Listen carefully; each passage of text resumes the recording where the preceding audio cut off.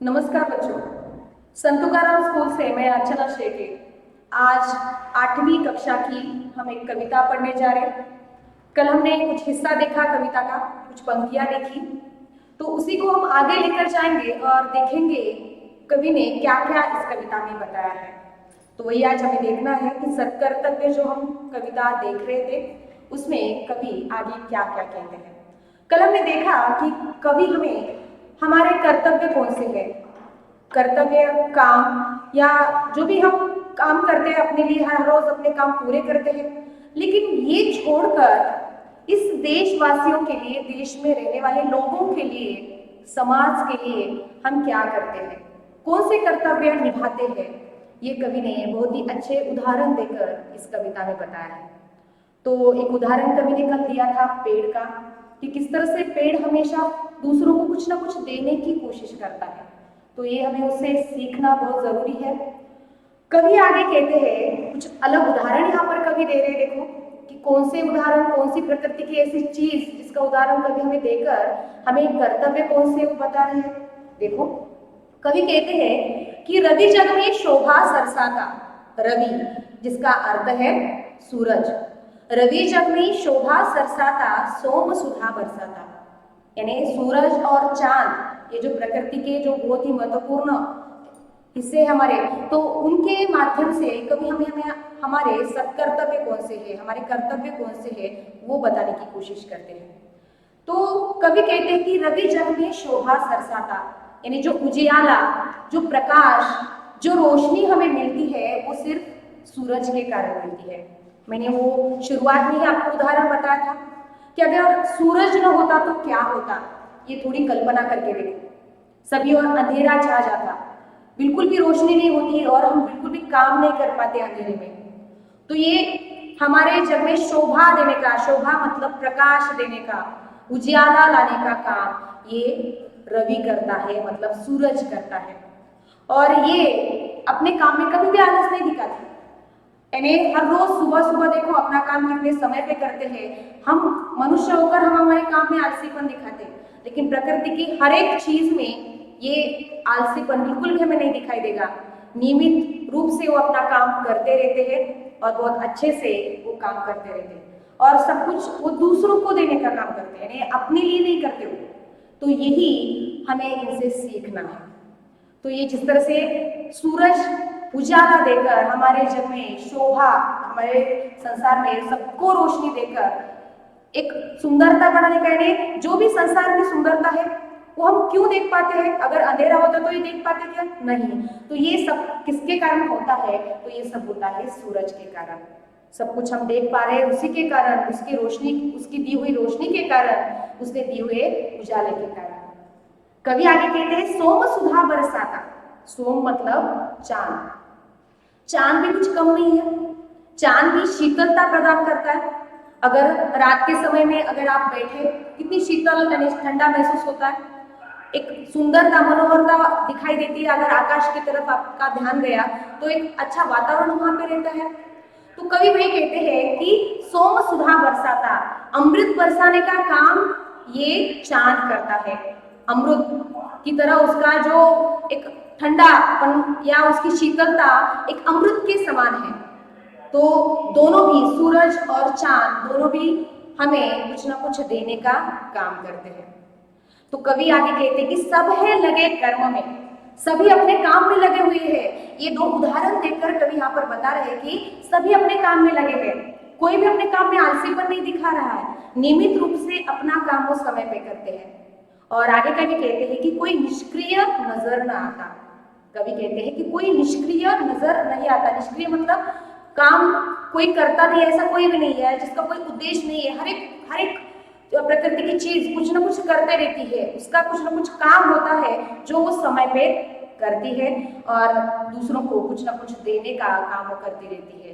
आगे कवि कहते हैं कि कोई निष्क्रिय नजर न आता, उसी पूर्ति में वह करता है अंत कर्ममय तन का। आगे कवि कहते हैं कि है उद्देश्य नितांत तुच्छ तृण का भी, है उद्देश्य नितांत तुच्छ तृण के भी लघु जीवन का, उसी पूर्ति में वह करता अंत कर्ममय तन का। यानी जिस प्रकार से पेड़ के पत्ते तुच्छ नहीं है, सामान्य नहीं है, उसी प्रकार जो घास आपको दिखाई देती है, जो हरियाली दिखाई देती है आपको सभी और धरती पर, जो छोटी सी दिखने वाली घास जब वो सूख जाती है या उस घास का भी कम महत्व नहीं है, ऐसा कवि कह रहे हैं। कवि कहते हैं कि जो आपको सामान्य से दिखने वाली, तुच्छ से दिखने वाली है जो घास है, उसका भी अपना महत्व है। क्यों? क्योंकि आप देखते हैं सभी जानवर वहां पर उस घास को खाकर ही अपना पेट भरते हैं, उनकी जीविका उसी पर चलती रहती है। साथ ही सभी और हरियाली जो दिखाई देती है, मन प्रसन्न होता है हमारा। तो इस घास को जो भी सामान्य दिखती है, वो सभी जानवरों का पेट भरने का काम वो घास करती है, तो वो भी तुच्छ नहीं है, उसका भी अपना एक महत्व है। आप देखते हैं गाय बैल जो भी रहते, भैंस रहती है, भेड़ बकरियां, सभी एक घास खाकर ही अपना पेट भरते हैं, उनकी वो जीविका ही उस पर चलती रहती है। तो इसीलिए ये तुच्छ दिखने वाली घास भी निष्क्रिय नहीं है, वो भी अपना कर्म करते रहती है, उसका भी अपने जीवन का कुछ उद्देश्य है। और ये जिसका जीवन बहुत कम है, यानी लघु जीवन यहाँ पर कवि कहते हैं, जिस यानी घास का जीवन बहुत कम रहता है, यानी हरी दिखने वाली घास 2-3 दिनों में फिर बाद में सूख भी जाती है। फिर भी अंत में हम उस घास का, जो भी सूखी हुई घास है, तो खाद बनाने में किसान उसका इस्तेमाल करते हैं खेतों में, या सूखी हुई घास जो होती है उसको चूल्हे में डालने का काम भी किया जाता है, या अंत में भी वो किसी न किसी प्रकार से काम में आती है, किसी न किसी प्रकार उसका इस्तेमाल किया जाता है। और वही कवि कहते हैं कि इस प्रकार से तुच्छ दिखने वाली, सामान्य दिखने वाली घास का भी अपना महत्व है। तो देखो, हम तो मनुष्य है, तो हमें भी इनसे कुछ सीखना चाहिए, हमें भी इनसे कुछ सीख कर, जैसे वो देते हैं दूसरों को, देने की जो बात है, तो वो भी हमें उनसे सीखनी चाहिए, वो भी निस्वार्थ भावना से, बिल्कुल भी कुछ वहां पर ऐसा नहीं सोचते कि मुझे कुछ नहीं मिलेगा उसमें, क्योंकि इंसान ऐसा सोचता है हर एक बात में, वो स्वार्थ, मुझे इससे क्या मिलेगा, मैं ये क्यों करूं, मैं अकेला क्यों करूं। जैसे कि अभी देखो, मैंने बहुत अब हमेशा आपको उदाहरण बताते आई हूँ कि पेड़ लगाना बहुत अच्छी बात है, स्वच्छता रखना वो भी एक हमें देश में रहते हुए हर एक अच्छे नागरिक का कर्तव्य है। लेकिन हर एक नागरिक क्या सोचता है कि मैं क्यों करूं, मैं अकेले क्यों करूं। ये एक भावना हर एक व्यक्ति में रहती है, जो प्रकृति की इन चीजों में आपको बिल्कुल भी देखने को नहीं मिलती। वो ऐसा नहीं सोचते, अगर इन्होंने सोचना ऐसा शुरू किया तो फिर अंधेरे में रहना पड़ेगा हमें, जो सूरज अगर रोशनी नहीं देगा तो हमें अंधेरे में रहना पड़ेगा, घास नहीं होगी, पेड़ नहीं होंगे, तो देखो एक कल्पना करो कैसा वातावरण होगा, कैसी धरती होगी हमारी। तो ये अगर स्वार्थी भावना रखते तो ये हमें सब कुछ नहीं मिलता। उसी प्रकार हमें भी ऐसे स्वार्थी भावना नहीं रखनी चाहिए, निस्वार्थ भावना से हमें अपने काम करते रहना चाहिए, कुछ मिले या ना मिले, हमें काम करते रहना चाहिए। आप देखो, जितने भी महान लोग हुए हमारे देश में, जिनका आज हम नाम लेते हैं, जिनका आज समाज में सम्मान है, अस्तित्व है, जो कि मर चुके हैं फिर भी उनका आज नाम लेते हैं, तो एक अपना अस्तित्व यहाँ पर छोड़कर गए। क्यों? क्योंकि इन्होंने अपने स्वार्थ छोड़कर दूसरों के बारे में सोचा।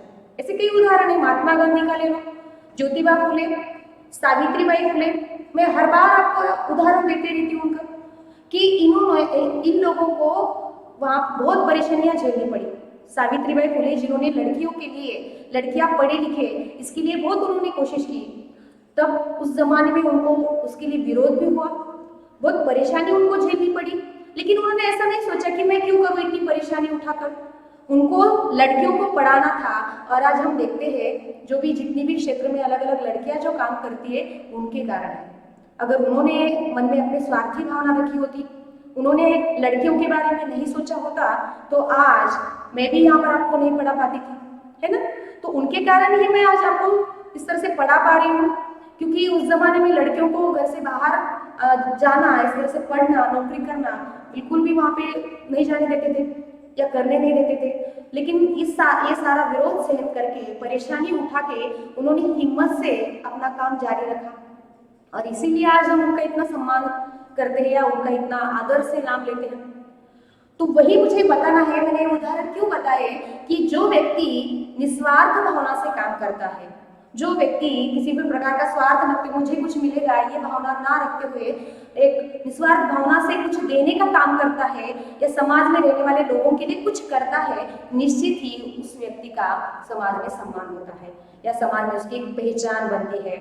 और यही कवि हमें अलग अलग उदाहरणों द्वारा बता रहे हैं। सत्कर्तव्य हमारे कौन से है, जिस प्रकार से ये सूरज, चांद, पेड़, इनकी तरह ही हमें निस्वार्थ भावना से हमें अपने कर्म करते रहना चाहिए, हमें अपने कर्तव्य निभाते रहना चाहिए, ये कवि कहते हैं।